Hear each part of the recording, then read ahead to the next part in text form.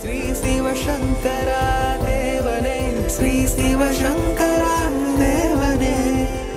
Question from Gokul, Australia. Dear Baba, why only a fraction of the God? Why only a fraction of the God-believing population are believing in Mahans and the majority are into idol worship?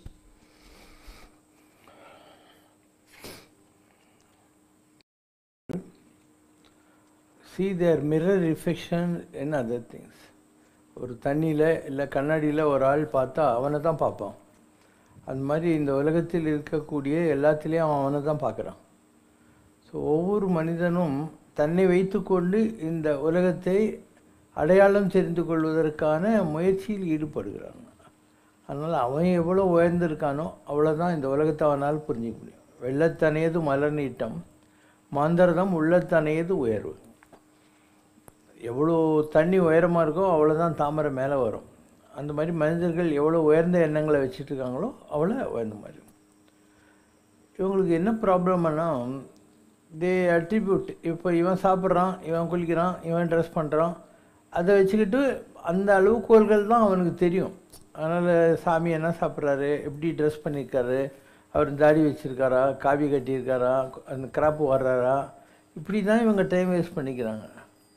So நெஞ்சத்து நல்லம் யாம்ன்றான். உள்ளுக்குள்ளே என்ன இருக்குதுன்னு பார்க்கணுமே விட்டுட்டு மனதானே மனதில் நின்ற கருத்தானே தான் கடவுளே. அப்போது அவங்க மனசுக்குள்ளே என்ன நினச்சிட்டு இருக்காங்கிறது இந்த மட சாம்பிராணிகளுக்கு புரியாது இல்லையா. இவங்க அந்த வெளி வேஷத்தில் தான் அதனால தான் நிறைய சாமியாருங்க இந்த வேஷம் கட்டி ஏமாற்றிடுறாங்க இந்த உலகத்தில். இவங்களுக்கு வேண்டியதெல்லாம் இந்த தாடி, காவி, குச்சி இதெல்லாம் இருந்தால் தான் சாமியார் இவனை பொறுத்த மொத்தம். நம்மள மாதிரி ஜாலியாக ட்ரெஸ் பண்ணி இருந்து உட்காந்துக்கிறோமா, அவனுக்கு சாமியான்றதுலேயே இருக்குது. ஆனால் நம்ம சொல்கிறது தான் ஹையஸ்ட் லெவல். உலகத்தார் போல் உண்டு உடுத்தி பூண்டு தொண்டர் விளையாட்டில் சுகம் காணும் ஆனந்தம்.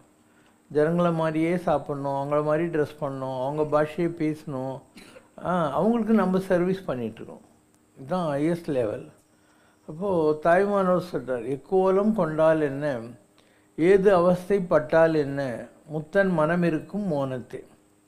அவங்க எந்த மாதிரி இருந்தால் உனக்கு என்ன, அவங்க மைண்டு எங்கே இருக்குதுன்றத பிடிக்கிற புத்தி உங்கள்கிட்ட கிடையாது இல்லையா. அவங்க என்ன நினச்சிட்டு இருக்காங்கிறது உனக்கு எப்படி தெரியும், உனக்கு அது தெரியாது. அதனால் எக்கோலம் கொண்டால் என்ன, ஏது அவஸ்தைப்பட்டால் என்ன, முத்தன் முக்தி அடைந்தவனுடைய மனம் இருக்கும் மோனத்தை. அவன் எப்பயுமே சிதாகாச பெருவழியில் தான் they have a cosmic contact, they live like that. So இப்போ முந்தானத்து கூட ஒரு சாமியார் இருந்தார் இல்லையா, எங்கேயோ விழுப்புரம் திருவண்ணாமலை டெய்லி மலை சுற்றுறவர் வந்தார்.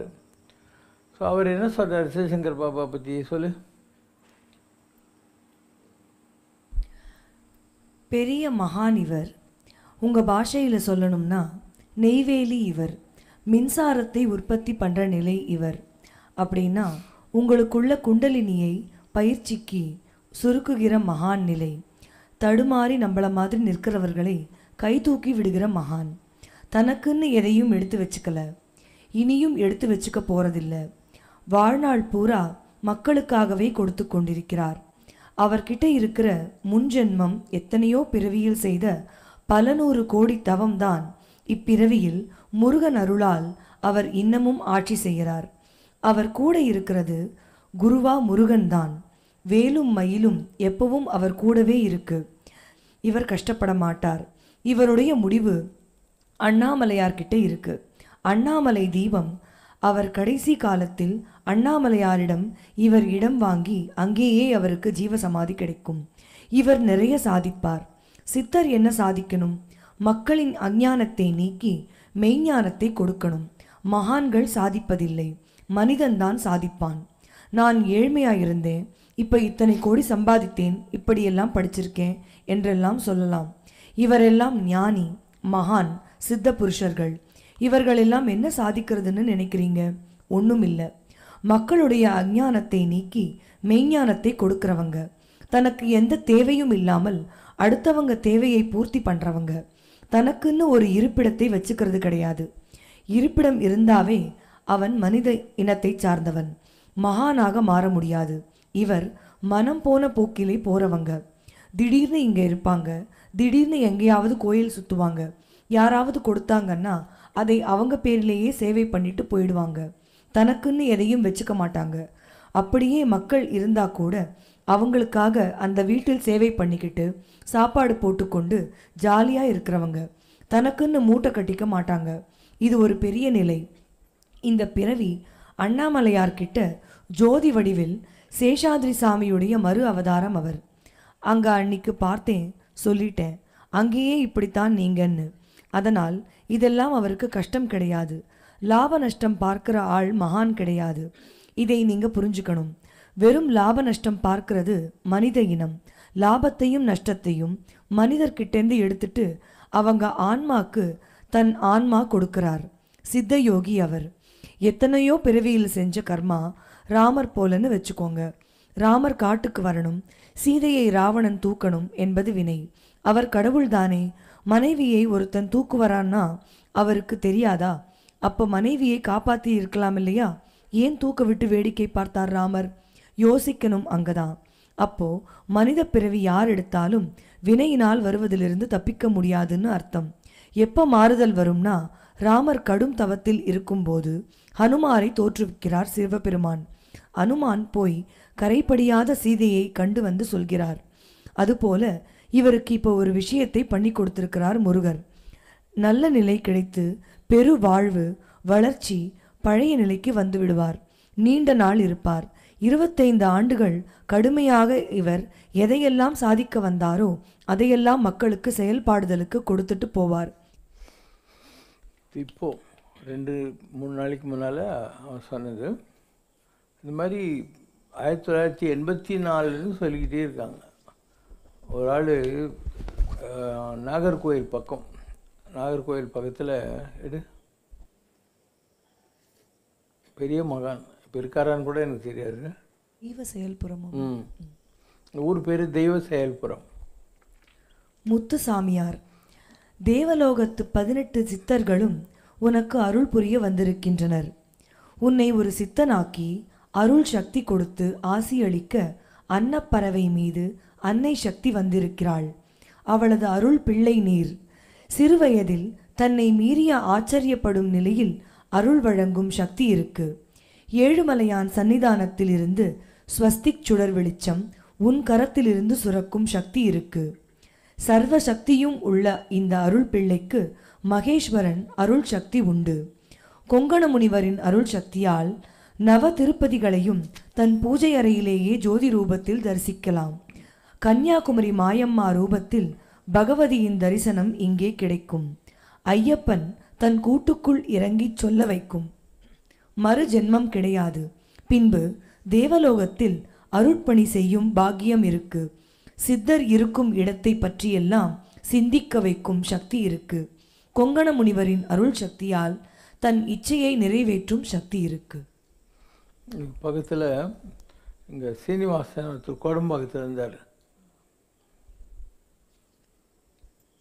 அதே மாதிரி ஒருத்தர் இறந்து போயிட்டார். எஸ்வி சேகருக்கெல்லாம் குரு சுகபிரமரிஷ். இதெல்லாம் எப்பயோ படிச்சாங்க. குமார் குருஜின்னு பேர்.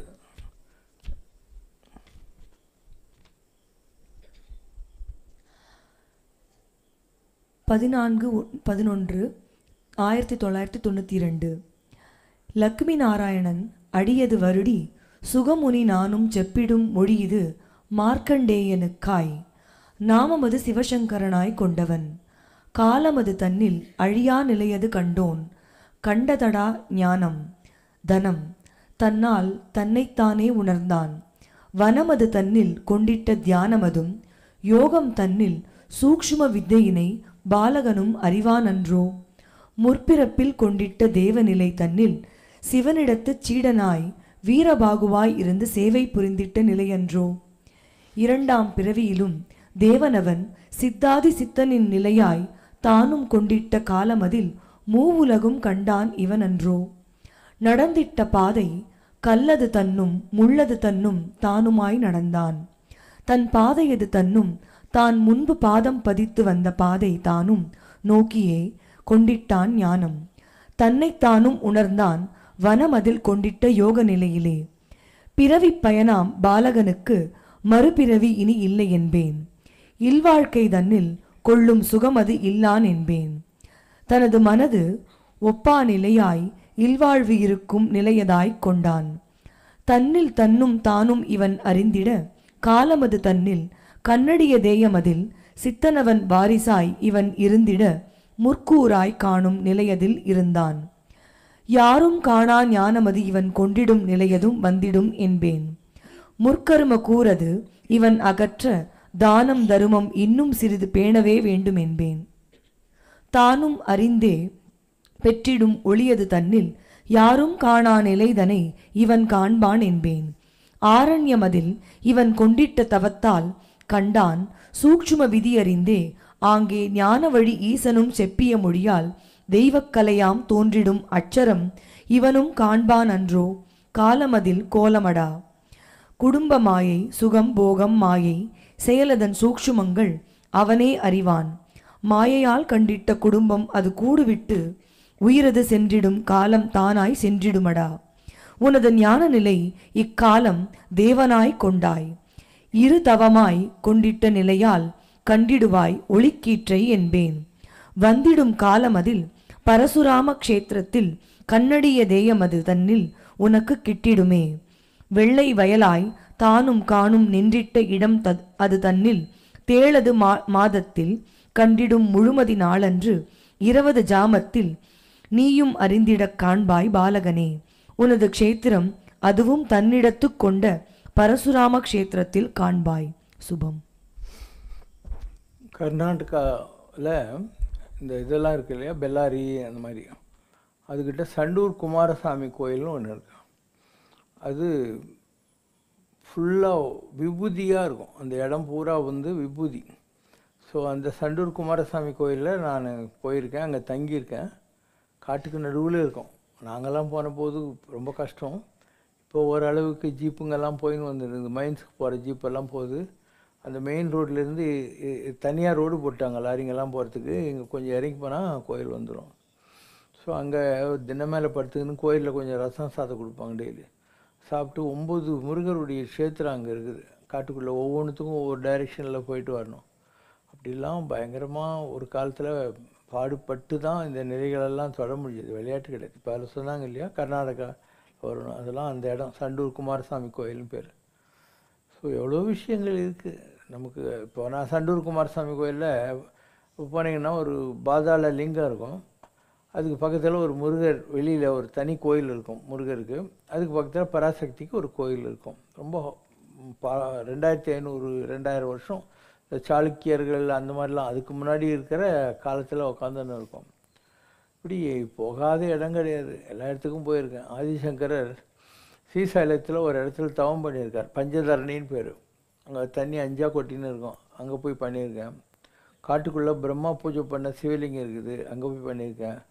ஸ்ரீசைலம் கோயிலில் உட்காந்து பூஜை பண்ணியிருக்கேன். நான்லாம் ஸ்ரீசைலம் போன காலத்தில் யாருமே இருக்க மாட்டாங்க. நான் பனி விபூதி எடுத்துன்னு போனால் அங்கே இருக்க அழைதுங்கெல்லாம் இது எங்களுக்கு கொடுத்துருங்க, ஏன்னா அந்த ஊர்லெல்லாம் இந்த உண்டை தான் இருக்கும், நல்லா இருக்காது, கொடுத்துட்டு போங்கன்னு சொல்லி எங்கிட்ட வாங்கி வச்சுக்குவாங்க. அப்படி போகாத இடம் கிடையாது, சுற்றாத இடம் கிடையாது. எல்லாத்தையும் பார்த்து முடிச்சு தான் நம்ம வந்திருக்கோம் இந்த நிலைக்கு. அதாவது ஒரு 20 வருஷத்தில் மெட்ராஸ்க்கு வந்து 36 வயசு இல்லை 48 வயசு வரைக்கும் ஒரு வைல்ட் லைசன்ஸில் இருந்துட்டு, அதுக்கப்புறம் இப்போ ஒரு 36 வருஷமாக நம்ம கடவுளுக்கு தான் ஃபுல் டைம் வேலை செஞ்சுருக்கோம். இதில் எத்தனை விதமான அனுபவங்கள் வந்திருக்கும். எவ்வளோ மகான்களை பார்த்துருப்போம், எவ்வளோ கோயில் சுற்றிருப்போம், எவ்வளோ விரதங்கள் இருந்திருப்போம், எத்தனை யாத்திரைகள் பண்ணியிருப்போம். எல்லாம் விளையாட்டான். அவன் ஒரு தடவை கைலாஸ் பார்க்குறதுக்கே யோசனை பண்ணுறான். ஒவ்வொரு தடையும் 1.5 லட்சம் செலவாகும். நான் 11 தரிசனம் பண்ணிக்கிறேன் கைலாஸு, 40 தடவை பத்ரி கேதார் இந்த மாதிரி இமயமலை கோயில் சுற்றிருக்கிறேன். போகாத இடம் 60-65 தடவைக்கு மேலே சபரிமலை போயிருக்கிறோம். எல்லாம் பார்த்து முடிச்சுட்டு தான் உட்காந்துருக்கேன். எனக்கு தெரியாத கோயிலே கிடையாது, உட்காந்து சொல்லுவேன் இந்த இடத்துல இது இருக்கும் அப்படின்ற மாதிரி. So we have to wait and see. இவ்வளோ ப்ரிப்பரேஷன் எதுக்காக நடந்தது அப்படிங்கிறது, யூ லாஸ்ட் பெஸ்ட்னுவாங்க. கடைசியில் சிரித்தா தான் அர்த்தம் தெரிஞ்சு சிரிச்சாங்கிற மாதிரி நம்ம வெயிட் பண்ணுறோம். ஆனால் பேசிக்காக என்ன நடக்குங்கிறது நமக்கு தெரியும். இங்கே தாம்பரத்துக்கிட்ட ஒரு ஆள் இருக்க அரவிந்த் சாமி, அதில் 3 விஷயம் சொல்லியிருப்பார் அந்த ஆள்.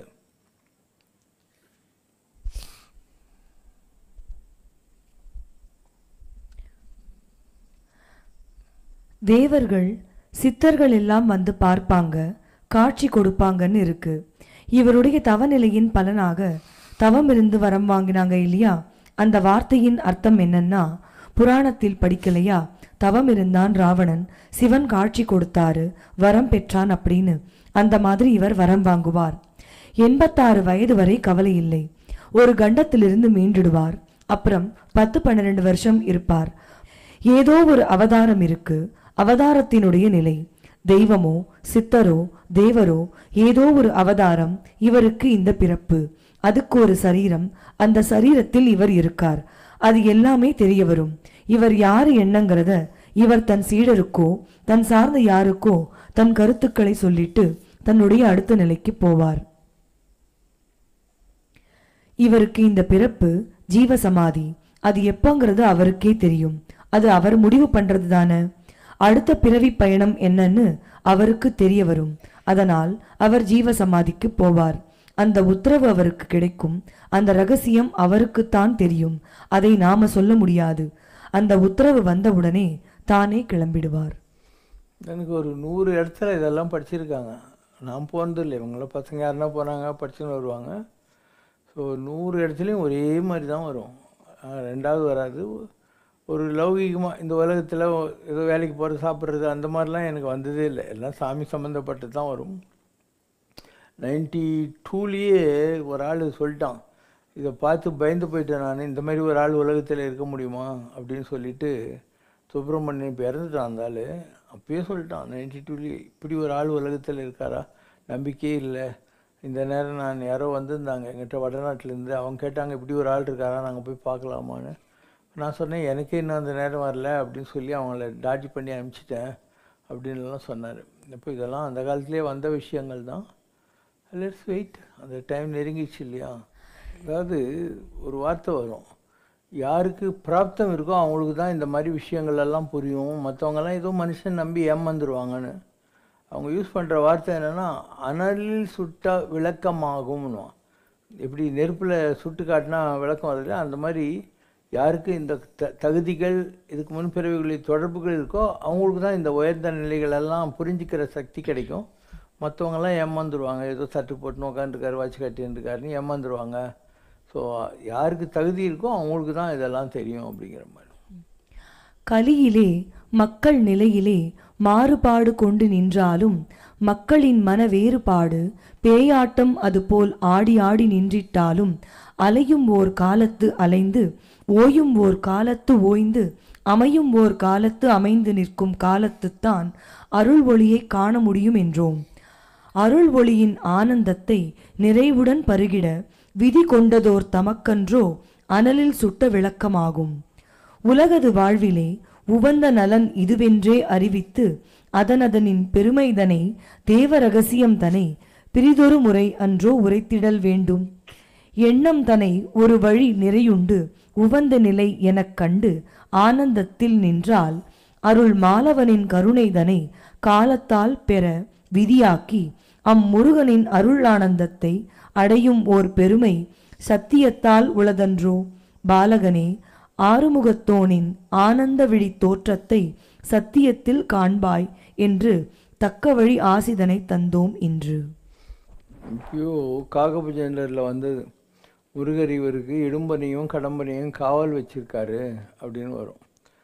அதே வார்த்தை, அதாவது இடும்பனையும் கடம்பனையும் முருகர் காவல் வச்சிருக்காருங்கிற வார்த்தையை இப்போ ரீசெண்டாக சொன்னாங்க. இந்த சாமியார் வந்தார், அவர் கூட சொன்னார் இவர் பக்கத்திலேயே இடும்பனும் கடம்பனும் இருக்காங்க அப்படின்னு. தீது செய்யாத அழுக்கு இல்லாத அண்ணாமலையார் தீபம் உள்ளே எரிந்து கொண்டிருக்கிறது சுவாமி கிட்ட. அண்ணாமலையார் தீபம் அவருக்குள் எரிந்து கொண்டிருக்கிறது. மூலப்பொருள் குண்டலினி என்ற அந்த மூலப்பொருளை எடுத்து ஞான தீபமாக காட்சி தருகிறார் ஐயா கண்முன்னாடி. சேஷாத்ரியுடைய மறு அவதாரம் மட்டும் அல்ல, முழு உள்ளத்தையும் அவர் உள்ளுக்குள் இருந்து சேஷாத்ரி அருளாட்சி செய்கிறார். பெரிய நிலை, காசுக்கு ஆசைப்பட்டதில்லை, பொய் நிறைய எல்லாத்துலேயும் ஒரே விஷயம்தான் வரும். ஸோ கூடி சீக்கிரம் people will come to know that. What can help people realize the God within this birth? Realization is not understanding a separate God, understanding that you are God. நீங்கள் எல்லாருமே கடவுள் தான். அது நீங்கள் கடவுளுங்கிறத நீங்கள் என்றைக்கு நம்புறீங்களோ அதுதான் ரியலைசேஷன். நீங்கள் உங்களை மனுஷங்களாக நினச்சின்னு இருக்கிற வரைக்கும் உங்கள் பேர் எதுவோ அதுதான் நீங்கள்.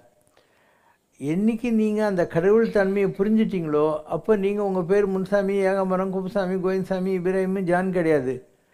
எந்த கடவுளை நீங்கள் ரியலைஸ் பண்ணியிருக்கீங்களோ அந்த கடவுள் நீங்கள். அந்த முருகர், அந்த பெருமாள், அந்த அம்பாள் நீங்கள் தான். ஸோ ரியலைசேஷன் என்பது உங்களுக்குள் இருக்கக்கூடிய தெய்வத்தை நீங்கள் புரிந்து கொள்வது. Realising, self realising. செல்ஃப்னா யார்? நீ தான் ரியலைஸ் பண்ணோம். நீ தான் உனக்குள்ளே கடவுள் இருக்குங்கிறத வந்து this is to certify that you have this power of lord Muruga inside நீலாம் அடிச்சு கொடுக்க மாட்டாங்க. தன்னை அறிய தனக்கொரு தாழ்வு இல்லை, தன்னை அறிந்த பின் தன்னைத்தானே அர்ச்சிக்கின்றான். நீ முதல்ல நீ யாருன்னு தெரிஞ்சுக்கிட்டியானா அதுக்கப்புறம் உன்னுடைய பூஜைலாம் உன்னோடம்பாலேயும் உள்ளம் பெரும் கோயில் மாதிரி ஆகிடும். உன்னுடைய பூஜைலாம் உனக்கே தான், உனக்குள்ளே இருக்கக்கூடிய ஜோதிக்கு தான். அது வரைக்கும் தான் இந்த கல் காய்த்தெல்லாம் பார்த்துன்னு உட்கார்ந்து இருக்க. இதெல்லாம் வந்து ஆர்டினரி நிலைகள். தனக்குள்ளே கடவுளை பார்க்கறதுங்கிறது தான் மிகப்பெரிய நிலை. அவ்வளோ விளையாட்டு இல்லை. அது வந்துட்டா எல்லாம் முடியும். ஒரு திருவள்ளத்தில் ஒருத்தர் இருந்தார். அவர் சாதாரணமாக குடியாத்தத்தில் வந்தாங்க. ஏதோ ஒரு பவர் அவர்கிட்ட.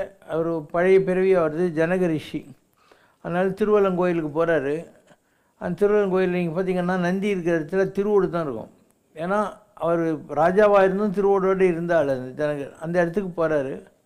அவருக்கு அந்த வெட்டக்குறை தொட்டக்குறை வருது. எழுத படிக்க தெரியாதவர், ஒன்றும் தெரியாது. ஆனால் ஒரு சாக்கு பையில் அதை கோமனை மாதிரி கட்டின்னு இருப்பார். கேவுரு கூழ் தான் சாப்பிடுவார். இவ்வளோ தான் அவருடைய சொந்த தேவைகள் எல்லாம். கேழ்வார் கூழ் குடிக்கிறது, சாக்கு பையை கோமனமாக கட்டின்னு உட்காந்துப்பார். வேறு எந்த தேவையும் இல்லாதாள்.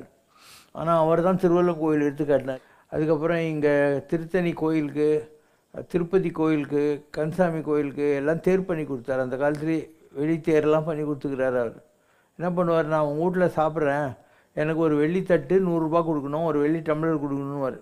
சாமி நம்ம வீட்டில் சாப்பிட்டா நல்லது நடக்குன்னு அவங்களும் கூடுவாங்க. ஒரு நாளைக்கு 20 பேர் 30 பேர் வீட்டுக்கு போய் ஒரு வெள்ளித்தட்டு டம்ளரு 100 ரூபா வாங்கிக்குவார். 100 ரூபாயெல்லாம் கூலி கொடுக்கறதுக்கு வச்சுக்குவார். வெள்ளித்தட்டு டம்ளரை வெள்ளித்தேர் பண்ணுறதுக்கு வச்சுக்குவார். எல்லாம் பண்ணி முடிச்ச உடனே தொடப்ப கட்டி எடுத்து அந்த மீந்து போன வெள்ளி கிள்ளியெல்லாம் பெருக்கிட்டு எடுக்கோங்கடா அப்படின்வார். அந்த அளவுக்கு வேதனை இல்லை. அவர் கையால் திருநூறு கொடுத்தாருன்னா, வில்வம் கொடுத்தாருன்னா எந்த வியாதி வேணாலும் சுமாராகிடும். அப்படிப்பட்ட நிலைகளெல்லாம் பார்த்தா இருப்பார். அவர் ஒரு எழுதப்படி கூட பெருசாக தெரியாது. ஏதோ கிராமத்துலேருந்து வந்த ஒரு தோபி. அவர் சரி ஏதோ ஒரு ஆத்மா ஒவ்வொருத்தர்கிட்டையும் இருக்குது. அந்த ஆத்மாவை தெரிஞ்சுக்கிட்டாக்கா நமக்கே என்னெல்லாம் சாதிக்க முடியுங்கிறது. இல்லைன்னா ஒரு தோபியாகவே இருந்து இஸ்திரி போட்டு போக வேண்டியது தான் ஒரு நாளைக்கு. ஏதோ ஒரு அவைக்க நீங்கள் வர்ற போது இதெல்லாம் வரும். தன்னை அறிந்து இன்புறுகிற நிறவு ஒன்று இருக்குது. அது வந்துச்சுன்னா அதுதான் ஆன்மீகத்தில் நீ பெறுகிற ஞானம். ஞானம் என்பது நான் மனிதன் அல்ல, நான் மகத்தான தெய்வம் என்று புரிந்து ஆனந்தப்படுகிற விஷயம். தந்தது எந்தன்னை, கொண்டது உந்தன்னை, சங்கரா யார்களோ சதுரர். கண்ணில் புசுல், காதில் குளிமி, வாயில் கப்பு, உடம்புல மலமூத்திரம் தான் நம்ம வச்சுன்னுக்கிறோம். இது மாதிரி எதுக்கும் உதவாது இந்த உடம்பை போய் கொடுத்துட்டு உள்ள கடவுளே குடி வருகிற கோயிலாக மாற்றுறதுன்றது எவ்வளோ பெரிய விஷயம். அதுதான் தந்தது எந்தன்னை, கொண்டது உந்தன்னை. அப்போ உன்னை விட நான் தானே கடவுளே பெரிய அறிவாளி. ஏன்னா எங்கிட்ட எதுவுமே இல்லை ஒன்று கொடுக்குறதுக்கு. ஆனால் இவ்வளோ பெரிய நிலைகளை நம்ம தொட்டுட்டோம் அப்படின்னு. அது நான் சொல்லியிருக்கேன் இதுக்கு முன்னாடி கூட. ஒரு ஆள் கடவுளுக்கு ஏதாவது கொடுக்கணும்னு யோசனை பண்ணுறான். யோசனை பண்ணுற போது சீப்பு பார்க்குறான், இது எதுக்காவது உதவும் அப்படின்றான். டூத் ப்ரஷ் பார்க்குறான், இது சிப்பு கழுவுறதுக்கு உதவும்னு நினச்சிக்கிறான். இப்படி ஒரு அழுக்கு வேஷ்டி பார்க்குறான், இது ஊடு துடைக்கிறதுக்கு உதவும்னு நினைக்கிறான். எதை நினச்சாலையும் அதுக்கெல்லாம் வந்து இவன் ஏதோ ஒரு யூஸ் வச்சுருக்கிறான். ஏன்னா இவனால் எதையும் விட முடியாது. இப்போ ஆன்மீகன்றது என்ன? யாதனின் நீங்கியான் இடும்பை நோதனை நதனி நிறன். எதையுமே வேண்டான்னு விட்டான் இல்லையா? விட்டு விடுதலையாகி நிற்பாய் சிட்டுக்குருவியை போலேன்னு. அந்த நிலை தான் ஞானம் என்பது. ஸோ இது மாதிரி எல்லாத்தையும் கட்டின்னு அழுகுறான் இல்லையா? அவனுக்கு எதையும் விட தோணாது. நிறைய பேர் நீங்கள் வீடு மாற்றுற போது பாரு, பழைய தொடப்ப கட்டை, பிளாஸ்டிக், உடஞ்ச டப்பா எல்லாத்தையும் லாரியில் போட்டு அதுக்கு ஒரு வாடகை கொடுத்து போவானுங்க புது வீட்டுக்கு. நல்லா இருக்கிற வீட்டை நார் அடிச்சுடுவாங்க. இந்த வீடு மாற்றுறதுன்றது இப்படி தான். இது வேணும் அது வேணும்னு குப்பையெல்லாம் கொண்டு போய் வச்சுன்னு இருப்பாங்க. அதுக்கு லாரி வாடகை வேறு. ஒரு ஆள் இப்படி தான் யோசனை பண்ணிகிட்டே இருந்தானோ. இதை உள்ளான் அது உள்ளான்னு எல்லாம் வேணும்னு நினச்சான். என்ன தான் கொடுக்குறது கடவுளுக்குன்னு தெரியலேன்ட்டு போய் கக்கூஸ் கமோண்டில் உட்காந்தான். உட்காரும்போது இந்த டாய்லெட் போகிறான் இல்லையா, அப்போ நினச்சானான் இதுதான் நமக்கு உதவாத விஷயம் அப்படின்னு. அப்போ கமோட்லேருந்து அது கலகலான்னு சிரிச்சு தான், அட பாவி 8 மணி நேரத்துக்கு முன்னால் வாய்க்குள்ளே நான் முந்திரி பருப்பு, திராட்சை, பச்சை கற்பூரம் அப்படின்னு சக்கரை பொங்கலாக போனேன், இப்போது என்னை வந்து நீ உதவலைன்னு சொல்கிறீங்களான்னு. இவன் வாய்க்குள்ளே போன பாவம் சக்கரை பொங்கல் இவனுக்கு வேண்டாத விஷயமா போச்சு. அந்த மாதிரி உலகத்தில் மக்களுக்கு ரொம்ப ப்ரியாரிட்டியான விஷயங்கள் எதெல்லாம் தெரியறதில்ல. எல்லாத்தையும் கட்டின்னு உட்காந்துருக்கான், எதையும் விட மாட்டான். எல்லாத்தையும் விடுறதுக்கு பேர் தான் ஆன்மீகம். இவன் எதையுமே விட மாட்டான். பின் இவனுக்கு எங்கேருந்து ஞானம் கிடச்சிடும், எப்போ இவன் கடவுள்னு தெரிஞ்சுக்கிறது? இல்லை, இட்ஸ் நாட் ஈஸி. ராமாவதாரத்தில் வாலியாக வந்தவன் கிருஷ்ணாவதாரத்தில் வேறு உடலில் ஜராவாக வந்து தன் முன்ஜென்ம பாக்கியை பகவான் கிருஷ்ணருடன் தீர்த்து கொண்டான். அப்படி இருக்கும்போது ராமாவதாரத்தில் வந்த ஜாம்பவான் எவ்வித சிரஞ்சீவி பட்டமும் பெறாத நிலையில் எவ்வாறு கிருஷ்ணாவதாரம் வரை வாழ்ந்து சமந்தகமணிக்காக பகவான் கிருஷ்ணருடன் நேருக்கு நேர் சண்டை போட்டு அவரை ஆலிங்கனம் செய்ய முடிந்தது? ஒவ்வொருத்தருக்கும் ஒவ்வொரு வரம் இருக்கும். அப்போது உலகத்தில் 7 பேர் சாகா வரம் வாங்கினவங்கன்னு சொல்லுவாங்க. அதில் ஜாம்பவான் ஒருத்தன். அவனுக்கு சாவே கிடையாது. அதனால் ராமாவதாரத்தில் கரடிகளுக்கு ராஜாவாக இருந்த ஜாம்பவான் கிருஷ்ணாவதாரத்தில் காட்டுக்குள்ளேயே எங்கேயோ உட்காந்துன்னு இருக்கான். அவனுக்கு ஒரு பொண்ணு கூட இருக்குது, ஜாம்பவின்னு பேர். ஸோ சவந்தகமணிங்கிற சூரியனுடைய மாணிக்க கல் கிடைக்காதுன்ட்டு, ஏன்னா கிருஷ்ணருக்கு அபவாதம் வந்து திருட்டாருன்னு சொல்லி சத்யாஜித் ராஜா கிட்ட அதை தேடி இவர் போனாக்கா அந்த ராஜாவை அடித்த சிங்கம் அந்த ரத்தம்லாம் பார்த்தோன்னா இந்த ரத்தத்தை பிடிச்சி போகிறாரு. கோகுள்ளோ அந்த குழந்தை படுத்துனுக்குது இல்லையா, அதனுடைய தொட்டிலில் அந்த மணி மாட்டி இருக்குது. இவர் அதை எடுக்க போகிறார் கிருஷ்ணர். அப்போ தூங்கி இருந்த ஜாம்பவான் எந்திரிச்சு, டேய் மானுஷா அப்படின்னு 2 பேரும் கட்டி பிடிச்சி சண்டை போடுறாங்க பல நாட்கள். ஜாம்பவான் நினைக்கிறாரு, நான் ராமாவதாரத்தில் ராமர்கிட்டயே சேனாதிபதியாக இருந்தாலும் எதிரில் நிற்கிறவன் ஒரு மனுஷன், எப்படி இவ்வளோ நாள் இவன் தம்மு கட்டி சண்டை போடுறான்னு. அப்போ ராமனை நினச்ச உடனே தெரியுது ராமர் தான் எதிரில் கிருஷ்ணர் நினச்சில் இருக்காருன்னு சொல்லி. உடனே நீ என்னை கேட்டுருந்தா நான் உனக்கு கொடுத்துருப்பேனேப்பா, எதுக்கு என்னை 18 நாள் சண்டை போட வைச்சேன்னு. அப்போ கிருஷ்ணர் சிரிச்சினே சொன்னாராம், ராமாவனா நான் இருந்தபோது உனக்கு என்னை கட்டி பிடிச்சிக்கணுன்னு ஆசை இருந்தது, என்னை ஹக் பண்ணணுன்னு. ஆனால் நம்ம கரடியாக இருக்கோம், நம்ம உடம்பு முள்ளாக குத்துவோம், ராமருக்கு சாஃப்டாகிறார் அவர், நீ அந்த ஆசையை அடக்கிட்ட. உன்னுடைய நிறைவேறாத ஆசையை நிறைவேற்றன்னு தான் நீ என்னை கட்டி பிடிச்சி சண்டை போட்டால் நான் சும்மா உட்காந்துன்னு இருந்தேன்னாராம். ஸோ எல்லாத்துக்கும் காரண காரியங்கள் இருக்கும். Life is a continuous thing.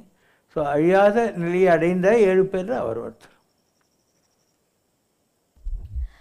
பகவான் கிருஷ்ணரின் குலம் அழிந்ததற்கு காந்தாரி பகவான் கிருஷ்ணருக்கு கொடுத்த சாபம்தான் காரணம் என்று மகாபாரதம் கூறுகிறது. இதே போல பல மகான்களும் மகரிஷிகளும் அவர்களுக்கு வரம் தரும் அதே வேளையில் சாபமும் தருகிறார்களே, இது அவர்களது தவநிலையை பாதிக்காதா? கெட்ட கர்ம பலனை அவர்களுக்கு கொண்டு வந்து சேர்க்காதா? துர்வாச ரிஷி இருக்கார், அவர் பொசுக்குன்னா எல்லாருக்கும் சாபம் கொடுத்துருவார். ஆனால் அந்த கேரக்டரை உருவாக்குறதே கடவுள் தான். ஏன்னா அந்த மாதிரி ஒரு ஆளுக்கு அவன் சாபம் கொடுத்தா பலிக்கணுங்கிற மாதிரி ஒரு கேரக்டரைசேஷன் பண்ணது கடவுள். மற்றபடி யார் எந்த கர்மா பண்ணாலும் அந்த கர்மாவுக்கு அவங்க பதில் சொல்லி ஆகணும். இப்போ ராவணனை வதம் பண்ணுறாரு ராமர், அது நல்ல விஷயந்தான். ஆனால் அந்த கர்மம் அவருக்கு வருது. ஸோ ராமேஸ்வரத்தில் சிவலிங்கத்தை வச்சு அவர் சிவ பூஜை பண்ணி தன்னுடைய இதுலேருந்து கழிச்சிக்கிறாரு. அதே மாதிரி கிருஷ்ணர் என்ன பண்ணுறாரு, சிவ பூஜை பண்ணுறாரு. சிவ பூஜை பண்ணி அதுக்கு பின்னால் தன்னுடைய கர்மாக்கள் எல்லாம் கழிச்சிக்கிறாரு. இந்த மாதிரி ஒவ்வொன்றுத்துக்கும் காரண காரியங்கள் இருக்கும். லாஸ்ட்டு சீனில் எல்லோரும் சொல்கிறாங்க, கிருஷ்ணா நீ போகிற உன்னுடைய இதுக்கு சொர்க்கத்துக்கு போகிற, தர்ம பசு 3 கால் உடஞ்சி ஒத்த காலில் நிற்கிது பரதேசி ஆட்டம், எங்களுக்கெல்லாம் யார் வழி, உலகமெல்லாம் அழிஞ்சு போய் இந்த மாதிரி ஒரே கோர குரல், குருஷத்திரெல்லாம் முடிஞ்சு போச்சு இல்லையா. அப்போது பஞ்சபாண்டவர்கள் அவங்க தான் 5-6 பேர் இருந்தாங்க. உத்தரனுடைய கர்ப்பத்தில் இருந்த பரீட்சித்து செத்து போயிருந்தான், அவனை கிருஷ்ணர் தான் காப்பாற்றி கொடுத்தாரு. ஸோ நாங்கள் என்ன பண்ணணும்னு ரிஷிகள் முனிவர்கள்லாம் வந்துடுறாங்க. எங்கே வராங்க, இரண்யா நதிக்கரை, அந்த இடத்துக்கு பேர் என்ன, பிரபாவாச பட்டணம், குஜராத்தில் இருக்குது. அது கட்டில் போயிடுச்சு. அது அதை ஒட்டி தான் நீங்கள் பார்க்குற சோம்நாத் கோயிலெல்லாம் இருக்குது, துவாரகாலாம் இருக்குது. ஸோ அவர் சொல்கிறார், நீங்கள் ஏன் கவலைப்படுறீங்க, நீங்கள் பற்றி கொள்வதற்கு சிவபெருமானுடைய பொற்பாத கமலங்கள் இருக்கின்றன. கிருஷ்ணர் சொன்னது. கிருஷ்ணம் வந்தே ஜெகத்குரு. கிருஷ்ணர் உலகத்துக்கு ஜெகத்குருவாக இருக்கக்கூடியவர் என்ன சொன்னார்? நீங்கள் பற்றி கொள்வதற்கு சிவபெருமானுடைய பொற்பாத கமலங்கள் இருக்கின்றன. அதுக்கு அபிஷேகம் செய்வதற்கு இன்னும் கூட கொஞ்சம் புண்ணிய நதிகளுடைய தண்ணி இருக்குது. தூவி வழிபடுவதற்கு கொஞ்சம் பூ இலைங்கெல்லாம் கூட இருக்குது. பூசிக்கொள்வதற்கு திருநூறு இருக்கிறது. ஓதுவதற்கு பஞ்சாட்சர மந்திரம் இருக்கிறது. அதனால் நீங்கள் இந்த கலியுகத்தில் பற்றி நின்ற பாவங்கள் பாற்ற வேண்டில் இந்த ப்ரிஸ்கிரிப்ஷனை பிடிச்சிக்கோங்க, உங்களுக்கு வேறு எதுவும் வேண்டியதில்லை அப்படின்னு கிருஷ்ணர் கற்றுக் கொடுத்துட்டு போனார். அப்போ கலியுகத்தை பொறுத்து மாத்திரம் அவரே சிவபூஜை பண்ணி தான் அவருக்கு ஒரு குழந்தை பிறந்தது. கிருஷ்ணருக்கு சிவபூஜை பண்ணி தான் ஒரு குழந்தை பிறந்தது. இப்போ நீ எல்லாரையும் யோசனை பண்ணிப்பார். யாரெல்லாம் இருக்காங்களா? அம்பாள்லாம் அவங்க வீட்டுக்காரன், அதனால் அந்த அம்மா ஹஸ்பண்டுக்கு மதித்து பூஜை பண்ணுவாள். முருகருக்கு நெற்றிலேருந்து வந்தவர். பிள்ளையாருக்கு ஒரு வகையில் தகப்பன், இவர் சக்தி ஸ்வரூபமாக இருந்தாலும் ராமர் பூஜை பண்ணியிருக்காரு, கிருஷ்ணர் பூஜை பண்ணிக்கிறாங்க. யார் பூஜை பண்ணல? சிவன் பண்ணியிருக்காங்க. ஏன் அந்த மாதிரினா, இந்த உலகத்தில் இருக்கக்கூடிய எல்லாருமே சிவன் தான். ஈஸ்வர சர்வபூதானாம் கிருஷ்ணன் சொன்னார். நான் சொல்கிறார், இந்த உலகத்தில் இருக்கிற எல்லா படைப்புகளும் ஈஸ்வரனும், அது கிருஷ்ணர். இது சர்வபூதானாம் எல்லாவற்றிலும் விரவி இருக்கிறது. அதான் வள்ளலார் சொன்னார், எல்லா உலகும் என் வசமாயின. உலகம் முறை எனக்கு தான் சொந்தம். ஏன்னா எல்லா உயிரும் என் உயிராயின, எல்லா உலகும் என் வசமாயின, எல்லாம் கடந்த என்னம்பலத்தீசர் எல்லாம் கடந்தும் என்னுள் இருந்தார்.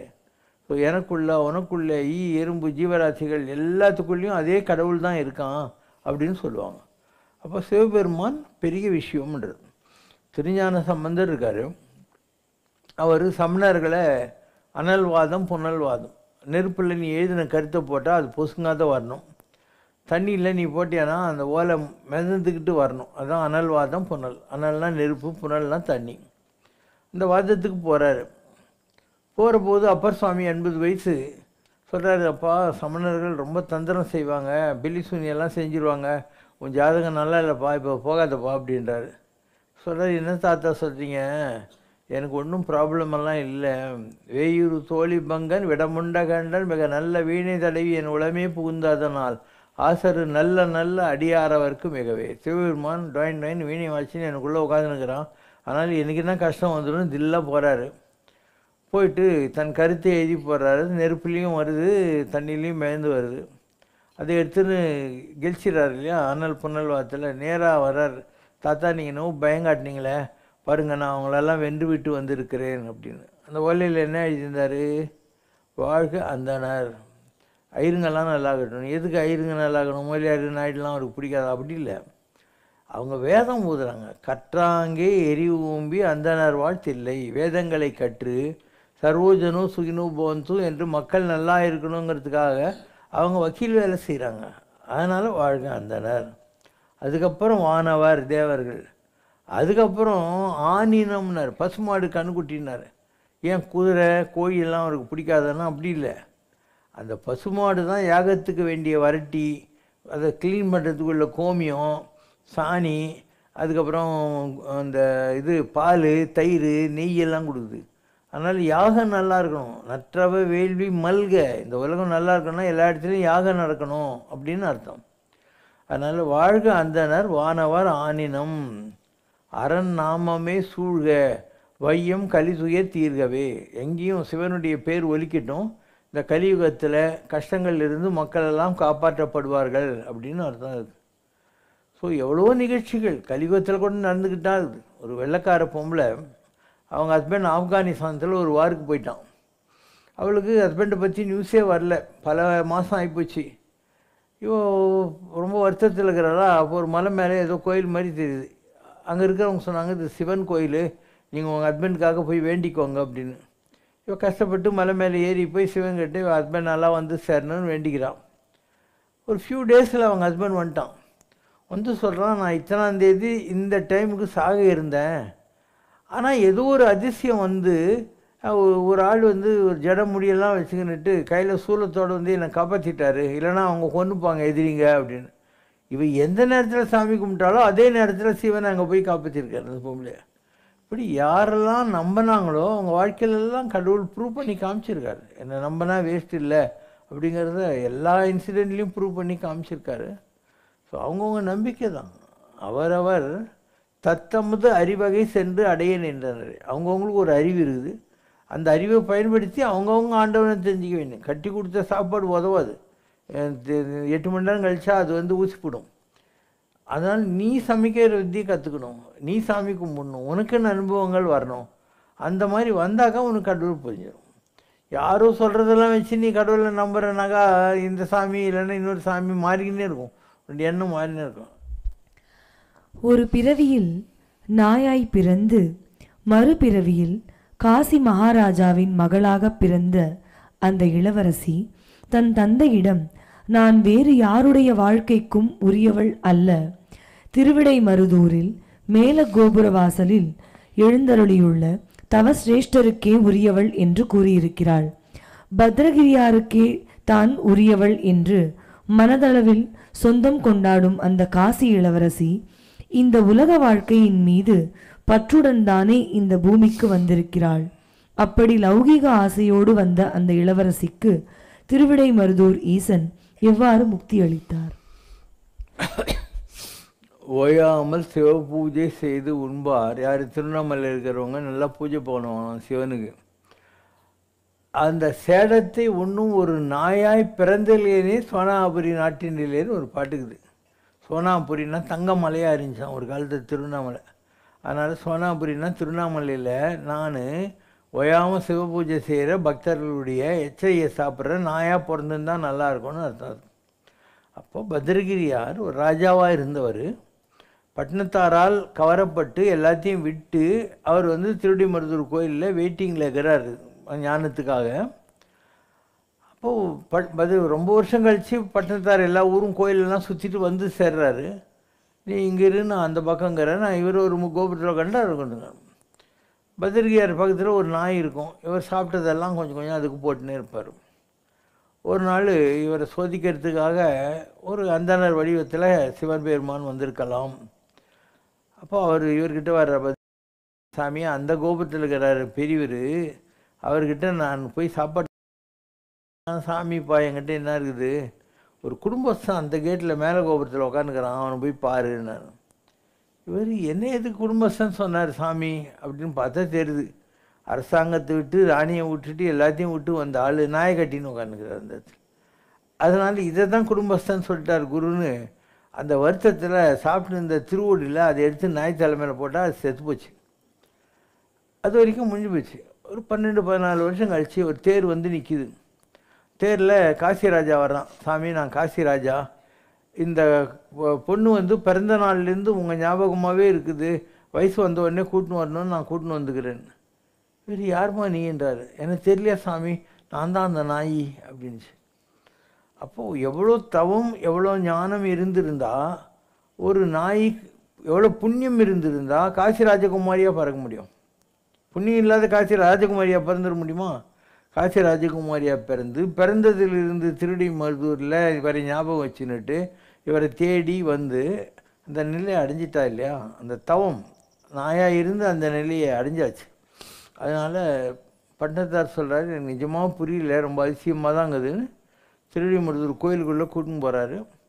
போன உடனே சிவலிங்கம் 2ஆக பொழுது காசி ராஜகுமாரி, காசி ராஜா, பத்ரகிரி 3 பேரும் அதுக்குள்ளே போன உடனே சிவலிங்கம் மூடியுது. இவர் அழுகுறாரு, என் சிஷ்யனுக்கு கொடுத்தியே எனக்கு இல்லையா மோட்சம்னு. என்னை நம்புறதை விட என் சிஷ்யனை நம்புறா மோட்சம் கிடைக்கணுன்றது உன்னை வச்சு உலகம் தெரிஞ்சுக்கணும். ஆனால் நீ பேய் கரும்பினிச்சா என்கிட்ட சேரு, அது வரைக்கும் நீ இப்படியே இருந்துட்டாங்க. ஸோ இவர் ஊராக அலைஞ்சி திருவொற்றியூர்கிட்ட பேய் கரும்பு இனிச்ச உடனே அந்த இடத்துல ஒரு கூடைக்குள்ளே தன்னை கவுத்து வைக்க சொல்லி தண்ணி கூடையிலேருந்து 3 தடவை வெளியே 4ஆவது தடவை காற்றுல கலந்து போயிட்டார். இதுதான் அவருடைய பட்டினத்தாருடைய வாழ்க்கை வரலாறு. ஒவ்வொருத்தரும் எதுலேருந்து வரலாங்களோ அதில் போவாங்க. ஆகாசம், காற்று, பூமி, நீர், நெருப்பு, பஞ்சபூதங்கள். அதில் வாரியார் இருந்தார்னா அவர் ஏரோப்ளேன்லேயே செத்து போட்டார். ஏன்னா அவர் ஆகாசத்திலேருந்து வந்தவர். காற்றுலேருந்து வந்தது யார்? பட்டினத்தார். அதனால் காற்றுல போனார். ஜோதியில் வந்தது யார்? பத்ரகிரியார்லாம். அதனால் அந்த சாமிக்குள்ளேயே கலந்து போயிட்டாங்க. ராமர் தண்ணியிலேருந்து வந்தவர், அதனால் சரியு நதியில் போனார். சீதாதேவி பூமாதேவி, அதனால் பூமி பழக்க அதுக்குள்ளே போனான். அப்போ யார் எதுலேருந்து வந்தாங்களோ அதில் போய் கலக்கிறாங்க. ஸோ அதுக்கு ஒரு டைம் இருக்கும். அவங்களுடைய முற்பிறவியினுடைய விட்டக்குறை தொட்டக்குறை வச்சு தான் இந்த பிறவியில் உனக்கு 3 வயசில் கிடைக்குதா, 30 வயசில் கிடைக்குதா, 80 வயசில் கிடைக்குதாங்கிறதெல்லாம் அப்போ தான். ஸோ போன ஜென்மத்தினுடைய கண்டினியூட்டி தான் இந்த ஜென்மம். இட்ஸ் ஆல் டிரான்ஸ்ஃபர்டு எனர்ஜி தான். அதனால் அவங்களுக்கு சீக்கிரம் கட்சி பத்திரிக்கையாக இருக்குது. அப்படி ஏதோ ஒன்றும் இல்லாமல் ஒரு ராஜா எல்லாத்தையும் விட்டு சாமிக்கிட்ட வந்து உட்காந்து இருப்பானா, நீயே சொல்லு. அப்படி ஏதோ இல்லாமல் ஒரு குழந்தை நாயாக இருந்தது, ஒரு குழந்தையாக பிறந்து காசியில் என் கணவன் அங்குகிறாருன்னு அவரையும் நினச்சிட்டு இவர்கிட்ட வந்து சேர்ந்துருக்க முடியுமா? ஸோ நமக்கு இதெல்லாம் புரியாது. இதுக்கு முன்னே நான் சொல்லியிருக்கேன். ஒரு ராஜா இருந்தான், அவன் பேர் பரதன். அவன் 48 வயசில் அந்த காலத்தில் வானப்பிரஸ்தம்னுவாங்க, எல்லாத்தையும் விட்டு காட்டுக்கு போடுவாங்க. அவன் காட்டில் போய் உட்காந்து தவம் பண்ணிக்கிட்டே இருக்கிறான். இப்போது ரொம்ப ப்ரெக்னென்ட் ஆகிற ஒரு தாய்மான் அந்த தண்ணி குடிச்சுனுக்குது. தூரத்தில் சிங்கத்தோட கர்ஜனை கேட்குது. இது பயந்து போய் தண்ணிக்குள்ளே குதிக்குதா, தாய்மான் செத்து போகுது. அது வயிற்றில் இந்த மானு வந்துடுது. இந்த கர்ஜனையை பார்த்துட்டு அவர் வந்து ஐயோ பாவம் குட்டிமானு செத்து போடுமேன்னு அதை தூக்கின்னு வந்து தன் பக்கத்தில் வச்சுக்கிறார். இவர் அதுக்கு ஏலத்தாழ போடுறது இந்த மாதிரி அதை பார்த்துக்கணும் உட்காந்துக்கிறோம். நாளாக ஆக இவர் வந்த வேலையை விட்டுவிட்டார். பூஜை பண்ணுறதெல்லாம் விட்டுவிட்டார். மான்குட்டியே பார்த்துன்னு உட்காந்துக்கிறார். இவர் சாகிற நேரம் வந்துடுச்சு. மானையே பார்த்துன்னு இருந்தாரா. அதனால் அடுத்த பிறவியில் யார் ஜடபரதன், இந்த பரதனாக இருந்தாலும் ஒரு மானா பருகிறார். பழைய ஞாபகம். நேராக வந்து அந்த குட்டி மானை தேடுறாரு. அது மற்ற மானும் கூட விளையாடின்னு இருக்குது.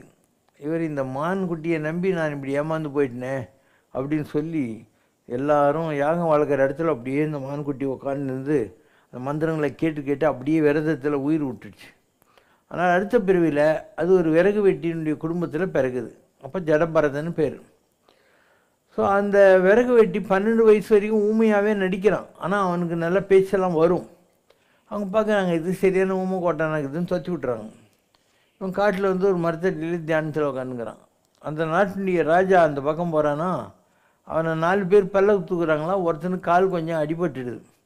அதனால் ராஜா அந்த மரத்தடியில் ஒருத்தன் உட்காந்துக்கிறான் பாரு, அவனை கூப்பிடுன்னு. அவங்க 3 பேர் ஒரு பக்கம் தூக்கினா இவன் இப்படி தூக்குறான். ராஜா வார்னிங் கொடுத்து பார்க்குறான், செட் ஆகலை.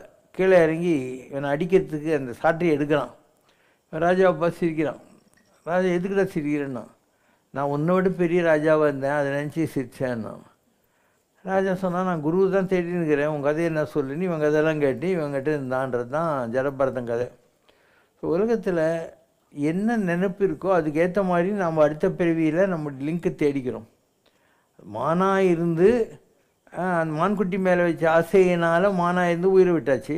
திருப்பியும் அடுத்தது செல்லான் என்ற தாவர சங்கமத்தில் நீங்கள்லாம் அந்த வைகுண்ட ஏகாதசிக்கு மகாசிவராத்திரிக்கு தாயம் போட்டு விளையாடுற போது எண்ணிலையும் ஏறுவீங்க, பாம்பாயிலையும் இறங்கிடுவீங்க. அந்த மாதிரி தான் ஏறுறீங்க இறங்குறீங்க. புனரபி ஜனனம் புனரபி மரணம்.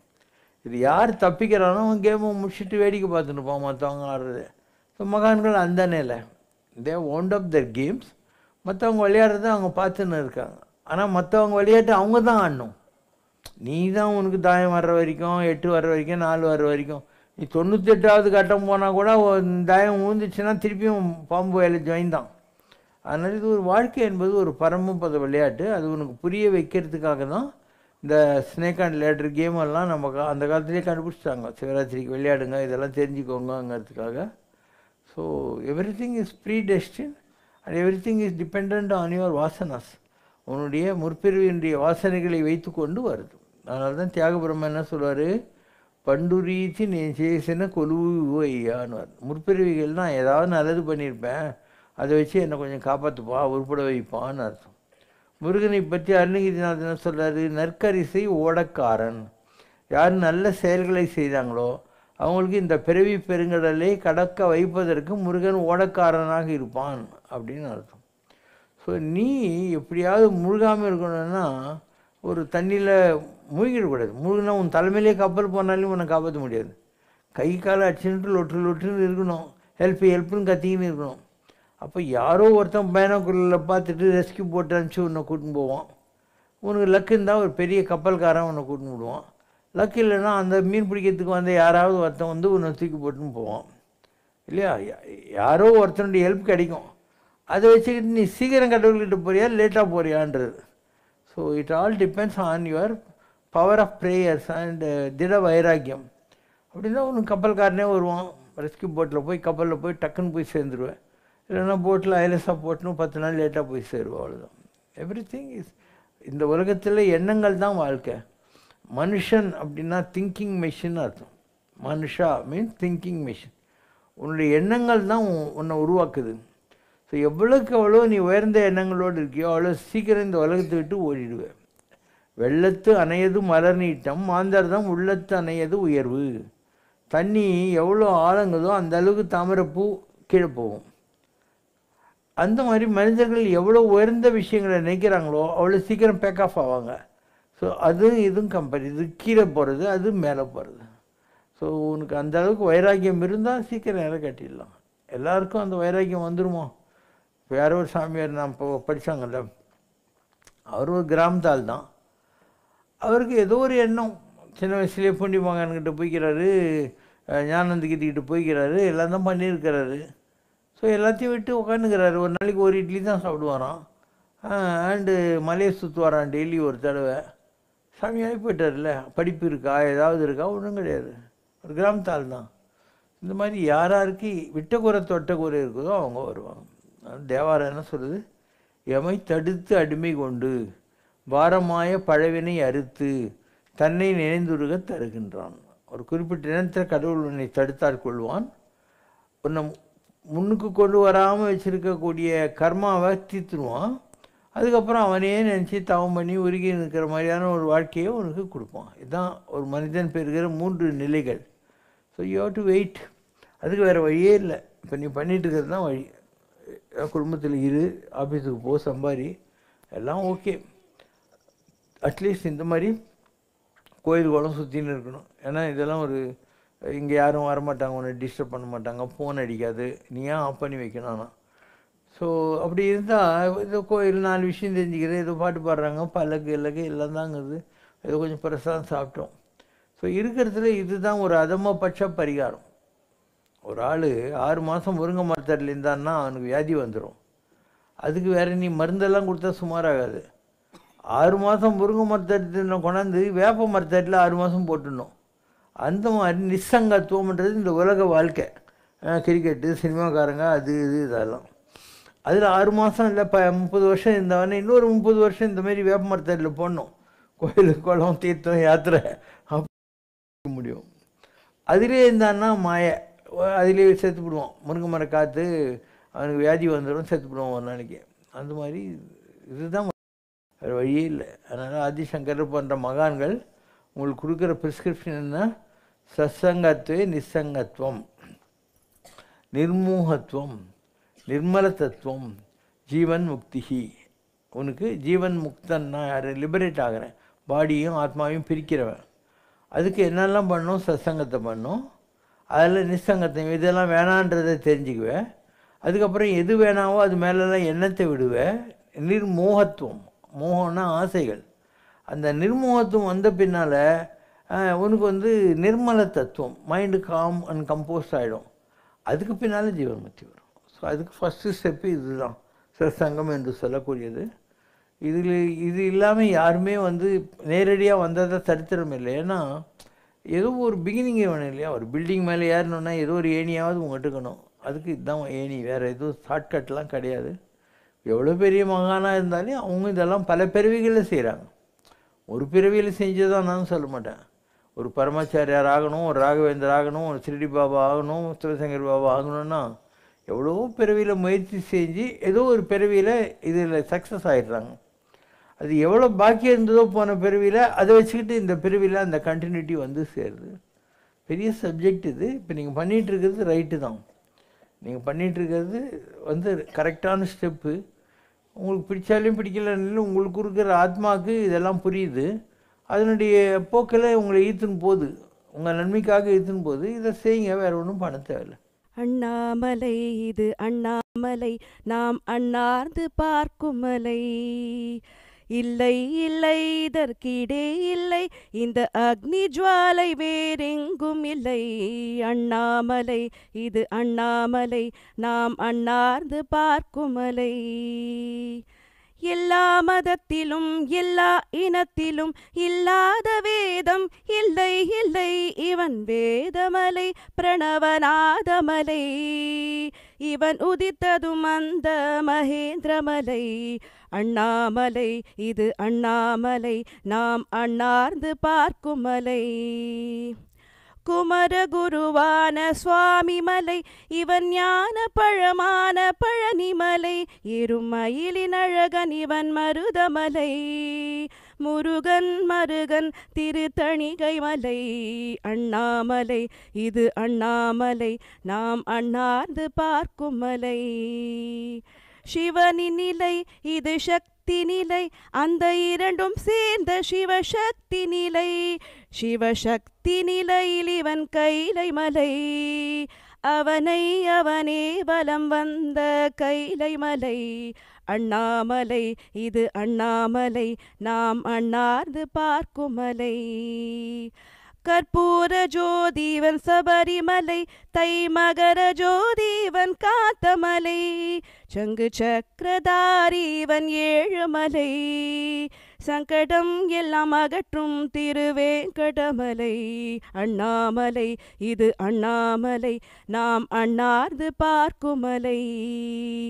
இல்லை இல்லை இதற்கிடே இல்லை, இந்த அக்னி ஜுவாலை வேறெங்கும் இல்லை. அண்ணாமலை திருவண்ணாமலை. அண்ணாமலை இது அண்ணாமலை, நாம் அண்ணார்ந்து பார்க்கும் மலை. காதல் பிறக்குதடா உந்தன் கண்களை பார்க்கையிலே. காதல் பிறக்குதடா உந்தன் கண்களை பார்க்கையிலே. காந்த விழி அழகா எங்கள் கண்ணனே சங்கரனே. காதல் பிறக்குதடா உந்தன் கண்களை பார்க்கையிலே. நீலச்சுடரொளியோ சிவன் நெற்றியின் மாணிக்கமோ. வேத கருப்பொருளோ இது வேள்வி நெருப்பொழியோ. மாலை மதியொளியோ திருமாலவன் சக்கரமோ. காலை கதிரொளியோ கண்ணில் பிறக்கிறதோ. காதல் பிறக்குதடா உந்தன் கண்களை பார்க்கையிலே. மின்னல் அடிக்குதடா மனம் மீன் போல் துடிக்குதடா. உன் விழி பார்வையிலே உயிர் உன்மத்தமாகுதடா. என்ன வியப்பிதடா இதை ஏதென்று சொல்வதடா. கண்ணில் கனல் வளர்க்கும் சிவ சங்கர தேசிகனே. காதல் பிறக்குதடா உந்தன் கண்களை பார்க்கையிலே. கண்ணில் வலை விரித்தாய் எம்மை கட்டி இழுத்து வந்தாய். உன் விழி பார்வையிலே வினை ஓட்டி விரட்டி விட்டாய்.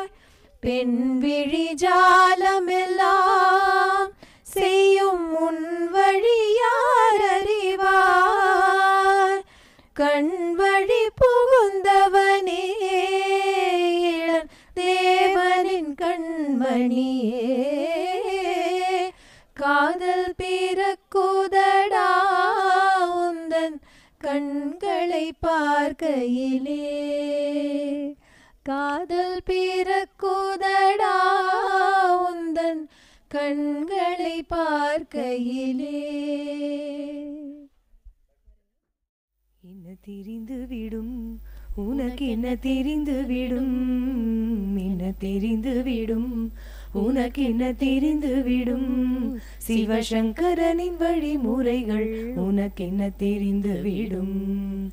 அறிந்து கொள்ள தகுமா நீ புரிந்து கொள்ள தகுமா, நீ அறிந்த பின்னே அனைத்தையும் விட்டுவிட முடியுமா.